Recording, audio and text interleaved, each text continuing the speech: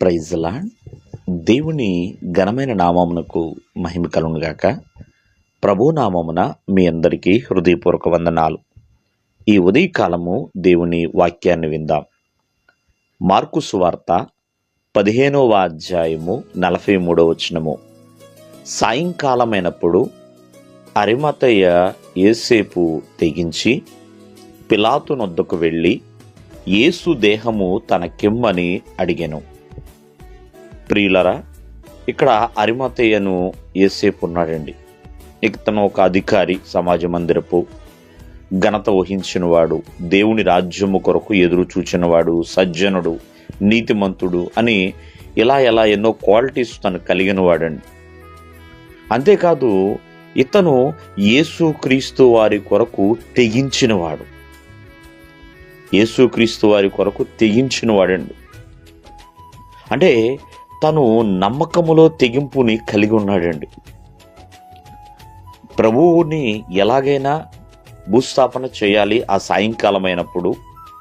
ఆ దేహము అడిగే ధైర్యము ఎవరికీ లేదు.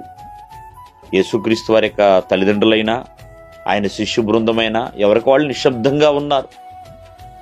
ఎవరు కూడా పిలాతు నొద్దకి వెళ్ళే సాహసం చేయలేదు.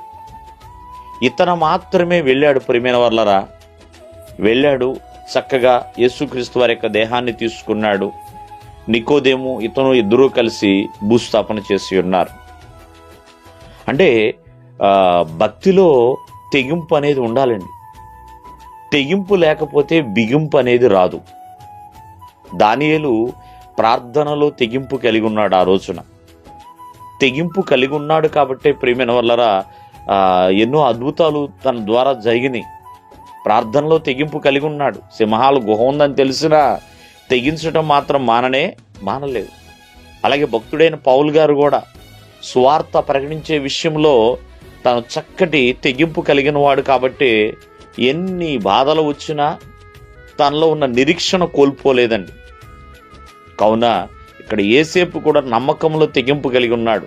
అమ్మో, పిలాతు నన్ను ఏమైనా చేస్తాడేమో, యేసుక్రీస్తు వారినే సిలువ వేశాడు, నేనెంత, నన్నేమని చేస్తాడేమో అన్న భయం, అవిశ్వాసము, అపనమ్మకం తనలో ఏమి రాలేదండి.